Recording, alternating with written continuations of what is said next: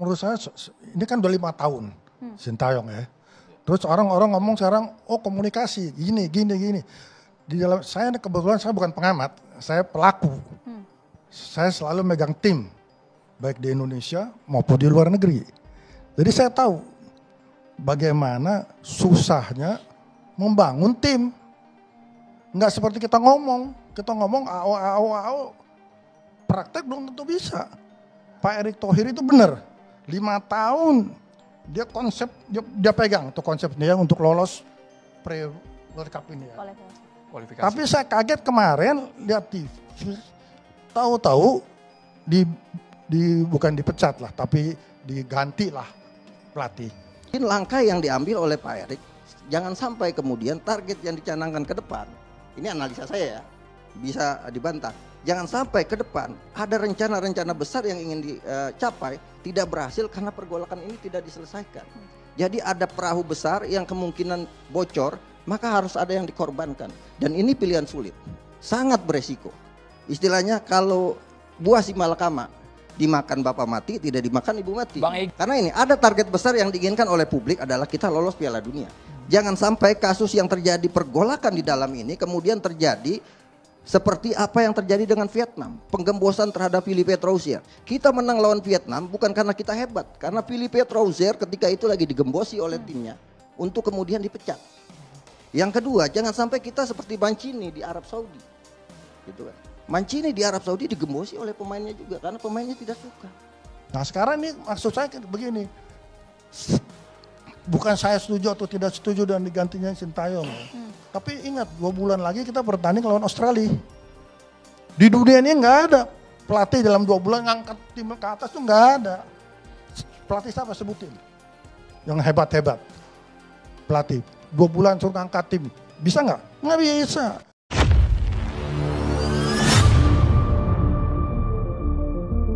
Masih memanas. Anggota Komite Eksekutif PSSI, Arya Sinulinga, menjawab kritik putra dari Shin Tae-yong, Shin Jae-won, yang membabi buta menyemprot PSSI usai ayahnya didepak PSSI. Senin, 6 Januari 2025. Shin Jae-won yang kesal mendengar kabar ayahnya dipecat itu menyebut Shin Tae-yong tak dihargai oleh federasi setelah apa yang diberikannya untuk sepak bola Indonesia. Saking kesalnya kepada PSSI, bocah bau kencur ini sampai berani menulis seperti ini di Instagram. Mari kita lihat bagaimana Indonesia tampaknya. Dia telah memberikan segalanya kepada Indonesia hingga mencapai titik ini. Saya sebenarnya harus bilang soal bagaimana PSSI memperlakukan ayah saya, tapi sampai sekarang masih diam. Tulis Jae-won di akunnya @shinjaewon777. Arya memaklumi amarah yang dilontarkan Shin Jae-won. Namun, Exco PSSI tersebut menyarankan untuk menanyakan juga apa yang telah diberikan federasi kepada ayahnya dan tanyakan juga apa yang telah diwariskan ayahnya kepada timnas Indonesia. Saya rasa, sebagai anak harus kita hargai, wajar membela bapaknya. Tetapi, mungkin bisa ditanya ke bapaknya, bagaimana sikap kami selama 2 tahun ini, kata Arya di GBK Arena. Selasa, 7 Januari 2025. Arya juga mengungkit kebaikan PSSI kepada Shin Tae-yong. Namun, kebaikan yang diungkit Arya justru sudah menjadi kewajiban federasi. Kan gaji tidak pernah telat, tim pelatih, apa yang diminta Shin Tae-yong kami berikan. Shin Tae-yong minta dokter dari Korea. Artinya apa? Dokter seluruh Indonesia nggak cocok ke dia, itu pun kami kasih, ucap Arya. Dia minta pelatih untuk striker, kami kasih. Dia minta untuk, ya banyak hal kami kasih. Saya rasa pelatih Shin Tae-yong juga tahu apa yang kami lakukan, ujar Arya. Arya turut menyatakan kalau Shin akan tetap menerima haknya selepas dipecat. PSSI bakal memberikan uang kompensasi sesuai yang tertera dalam kontrak. Jumlahnya mencapai puluhan miliar rupiah. Angkanya sudah sesuai kontrak, puluhan miliar. Jadi, kalau ada yang bilang, kami ini kejam, ya enggak lah. Semua ini kami lakukan demi timnas Indonesia, kata Arya. Sementara itu, kabar pemecatan STYA sejatinya bukan petir di siang bolong alias bukan kabar yang mengejutkan. Sebab, karir pelatih asal Korea Selatan itu seakan sudah berada di ujung tanduk setelah line up aneh jelang timnas Indonesia melawan Cina beberapa waktu lalu. Pada periode itu, tidak ada poin yang dipetik Jay Itzes dan kawan-kawan meski sempat diharapkan mendapatkan poin penuh. Tapi pada lanjutan kualifikasi periode November, nama Shin Tae-yong kembali dielu-elukan lagi setelah timnas Indonesia menang 2-0 atas Arab Saudi. Akan tetapi, nama STY kembali berada di tepi jurang setelah Piala AFF 2024. Hingga pada akhirnya, PSSI mengetuk palu tanda kerjasama dengan ex-pelatih timnas Korea Selatan itu berakhir. PSSI akan memperkenalkan pelatih baru timnas Indonesia pada Minggu 12 Juli mendatang. Kisi-kisi sosok sang nakoda berasal dari Belanda. Tapi ketua PSSI, Erick Thohir, enggan menyebut namanya sebelum peresmian.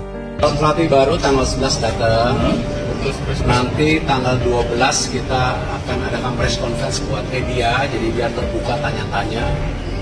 Dan tentu pada hari Senin kita akan bawa tour dia melihat fasilitas apa saja.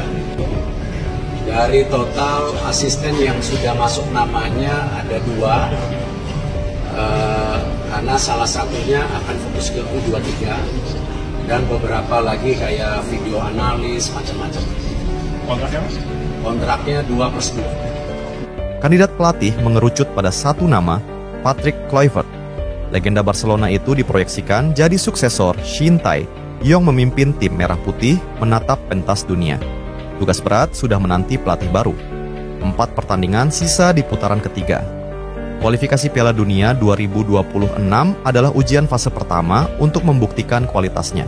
Seiring dengan kehadiran nakoda baru, otomatis butuh penyesuaian dalam berbagai aspek. Rentang waktu 2 bulan harus dimanfaatkan semaksimal mungkin. Artinya, tidak banyak waktu yang dimiliki untuk menyusun keping puzzle yang dibutuhkan. Disinilah kapabilitas seorang pelatih diuji.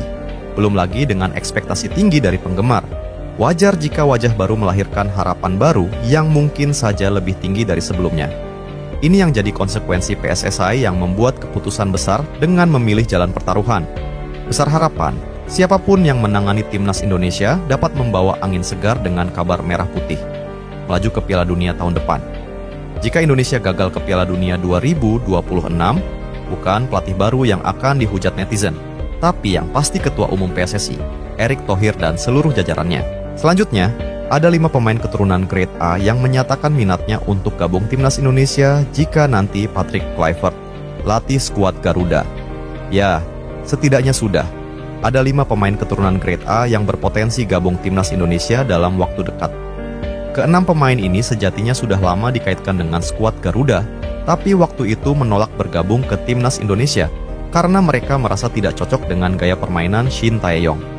Dengan kehadiran Kluivert sebagai nahkoda baru, para pemain keturunan Grade A itu kini berbondong-bondong menyatakan bersedia untuk memperkuat timnas Indonesia.